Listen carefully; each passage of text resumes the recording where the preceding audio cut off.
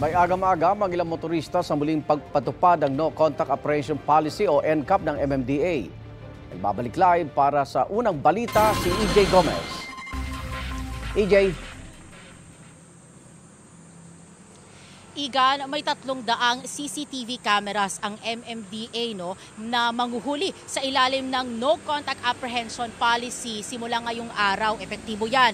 Pero unang araw pa lang yan, ang dami ng motorista ang umaalma.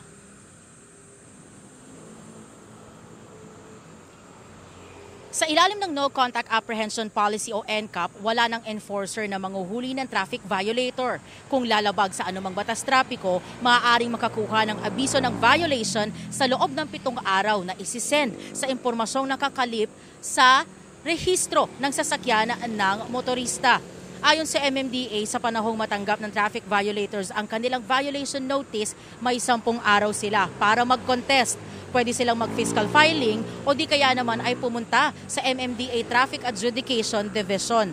Balik no contact apprehension sa mga national road tulad ng EDSA, Commonwealth Avenue, Aurora Boulevard, Rojas Boulevard, South Superhighway, Shaw Boulevard, Ortigas Avenue at Katipunan Avenue.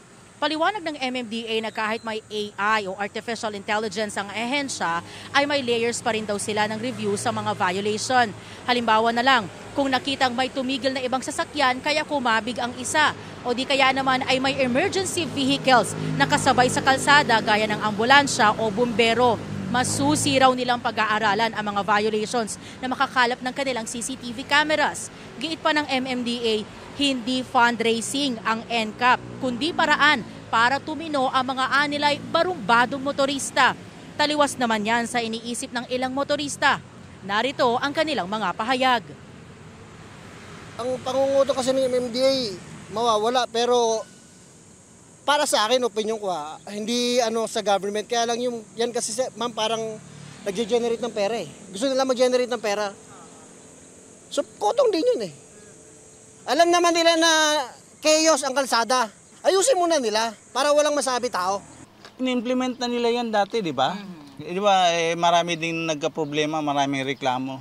Di ba? Di ba marami dati na nagka-problema dahil naiipon yung mga nila, yung mga huli nila na hindi nila alam.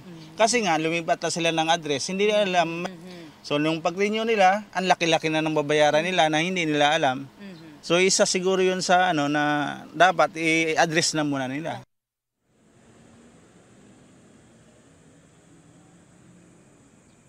Igan, sisikapin natin kunan na reaksyon yung MMDA tungkol doon sa mga agam-agam ng ilang mga motoristang nakausap natin. Pero una nilang nilinaw na hindi ipatutupad yung NCAP sa mga lugar na may mga sira or may problema yung ilang traffic signages at kasama din dyan yung pag-check natin doon sa talagang pagpapatupad ng MMDA. Sabi pa nung ilan natin mga nakausap na motorista, talagang dapat bigyan muna ng pansin yung pagsasaayos ng ilang problema sa kalsada. Gaya na lang yung pagkakaroon ng sariling lane para sa mga motorsiklo. Iganya ng latest mula rito sa Pasig City.